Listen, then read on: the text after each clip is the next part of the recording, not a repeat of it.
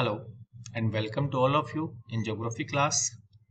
हम लोग चर्चा कर रहे थे भूमिगत जल के कार्यों पर, वर्क ऑफ अंडरग्राउंड वाटर पर, कि अर्थात भूमिगत जल के द्वारा किस प्रकार से धरातल पर अपरदन का कार्य किया जाता है, जिसके अंतर्गत हम लोगों ने जो विभिन्न प्रकार के लैंडफॉर्म्स बनते हैं अपरदन की क्रिया के माध्यम से, उन पर हम चर्चा कर चुके थे, जिनके अंतर्गत सिंक होल है, चाहे वो स्वेलो होल है, डोलाइन है, युवाला है, पोल्जे हैं, लेपीज हैं और केवर्न है।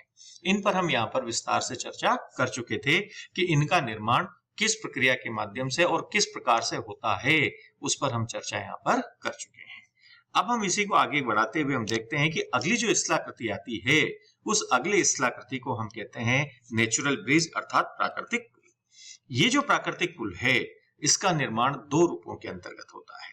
यहाँ पर हम इस डायग्राम के अंदर देख सकते हैं कि एक प्रकार से ये यहाँ पर क्या है, पुल के रूप में काम कर रहा है, जो इस धरातलीय भाग को और इस धरातलीय भाग को आपस में जोड़ रहा है। तो इस प्रकार का ये जो प्राकृतिक पुल होते हैं, इसका निर्माण चुना प्रधान क्षेत्रों में दो प्रकार से होता है।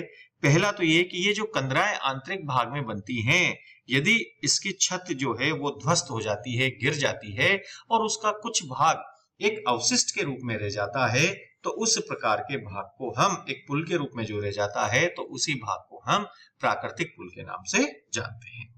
और वहीं दूसरे रूप में ये कि जब विलयन छिद्र पर, जैसे मान लीजिए कि ये कोई धरातल है, इस धरातल पर यहाँ पर ये कोई विलयन रंध्र है, इस विलयन रंध्र पर कोई बहता हुआ जल यहाँ पर लुप्त हो जाता है और आंतरिक भाग में ही घुलन क्रिया से घोलता हुआ फिर ये वापस धरातल पर किसी और जगह पर प्रकट हो जाता है, तो इस बीच वाला जो भाग होता है, इस बीच वाले भाग को भी हम प्राकृतिक पुल के नाम से जानते हैं।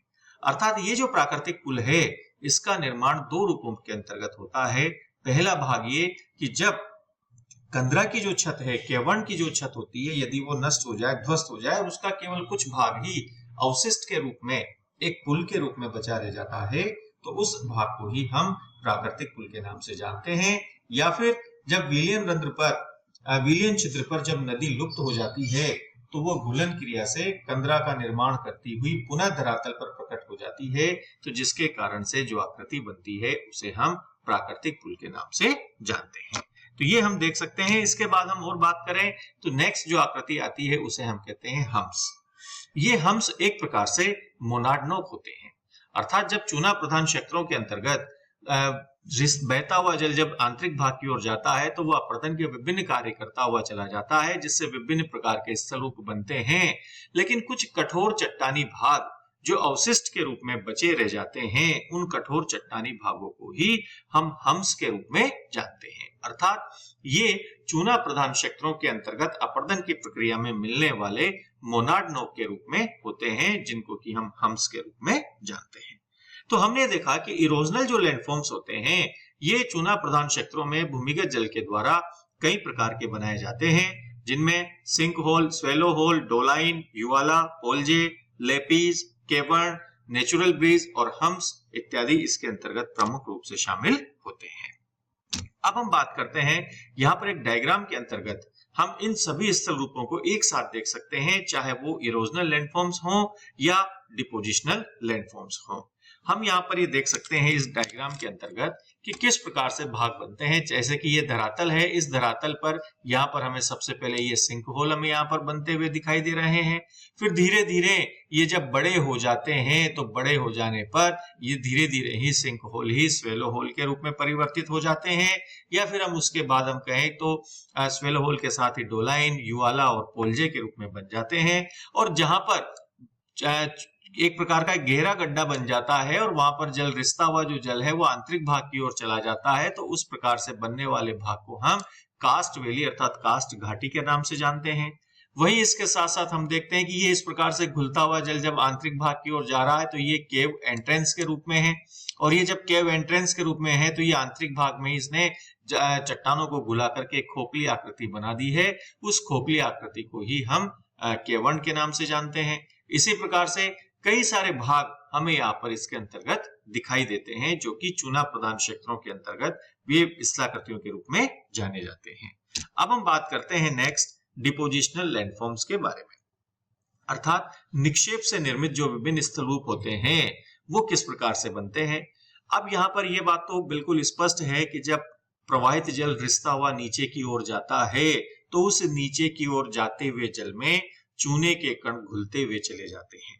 तो जब चूने के कण घुल जाते हैं तो उसके निक्षेप से यहाँ पर हमें धरातल पर आंतरिक भाग की ओर हमें 3 प्रकार के स्थलाकृतियां बनती हुई दिखाई देती हैं, जिन्हें हम स्टेलेक्टाइट, स्टेलेग्माइट और केव पिलर्स अर्थात आश्युताश्म, निश्चुताश्म और कंदरा स्तंभ के नाम से जानते हैं। अब ये किस प्रकार से बनती हैं, ये हम इस डायग्राम के अंतर्गत साफ तौर पर देख सकते हैं कि जब आंतरिक भाग से रिसता हुआ जल, गुफाओं की छत से रिसता हुआ जल नीचे जमीन की ओर गिरता है तो ऊपर धरातल, ऊपर के जो छत होती है वहां से नीचे की ओर का जो भाग होता है वो इस प्रकार से लटकता हुआ हमें जब दिखाई देता है तो उस प्रकार की आकृति को हम स्टेलेक्टाइट कहते हैं। ये हम इस एक गुफा के अंतर्गत का सीन यहाँ पर हम देख सकते हैं, जिसमें गुफा की छत से ये विभिन्न प्रकार के स्तंभ इस प्रकार से लटके हुए हैं। चूंकि इसके अंतर्गत जल तो जो है वो उड़ जाता है, लेकिन जो कार्बन डाइऑक्साइड जो रहती है, चूना जो रहता है, वो इसके अंतर्गत जमा हुआ रह जाता है ठोस पदार्थ के रूप में। तो इस प्रकार से ये ऊपर से यानी कि छत से फर्श की ओर जो लटकते हुए स्तंभों का निर्माण होता है उसे हम स्टेलेक्टाइट कहते हैं। और जब यही निर्माण फर्श से छत की ओर होता है, अर्थात जब ये चूने के जो चूना मिश्रित जो जल है वो जब जमीन पर गिर जाता है तो धीरे धीरे यहाँ पर वो भाग लगातार गिरने से चूना जो है वो ऊपर की ओर बढ़ता रहता है। तो इस प्रकार से बनने वाली जो आकृति होती है उसे हम निश्चुताश्म अर्थात स्टेलेग्माइट के नाम से जानते हैं।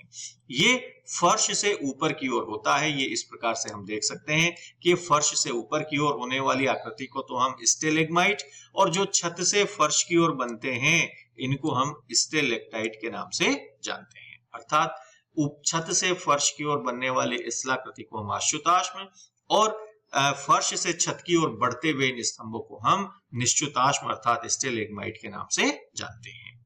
अब तीसरी जो आकृति आती है उसे हम कहते हैं केव पिलर्स अर्थात कंदरा स्तंभ। ये कंदरा स्तंभ सामान्यतः 3 प्रकार से बनते हैं, जिसमें पहला प्रकार तो ये कि यदि आश्युताश्म अर्थात स्टेलेक्टाइट नीचे की ओर बढ़ रहे हैं और स्टेलेग्माइट ऊपर की ओर बढ़ रहे हैं तो जहां पर ये दोनों मिल जाते हैं तो एक प्रकार से स्तंभ का निर्माण हो जाता है। तो जैसे यहाँ पर ये पूरा का पूरा भाग एक स्तंभ के रूप में हो गया, तो इसे हम केव पिलर के नाम से अर्थात कंदरा स्तंभ के नाम से जानते हैं। जैसा कि हम यहाँ पर एक पिक्चर के अंतर्गत इसको देख सकते हैं, ये अपने आप में एक कंदरा स्तंभ का उदाहरण है।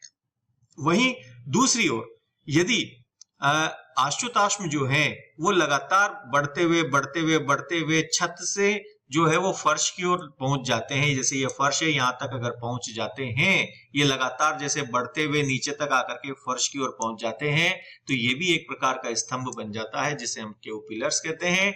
इसी प्रकार स्टेलेग्माइट अर्थात निश्चुताश्म भी लगातार वृद्धि करते हुए, जब ये लगातार वृद्धि करते हुए ऊपर की ओर बढ़ जाते हैं, इस प्रकार से वृद्धि करते हुए यदि ये ऊपर की ओर बढ़ते बढ़ते छत से जाकर के मिल जाते हैं तो उस प्रकार की आकृति को हम केव पिलर्स अर्थात कंदरा स्तंभ के नाम से जानते हैं।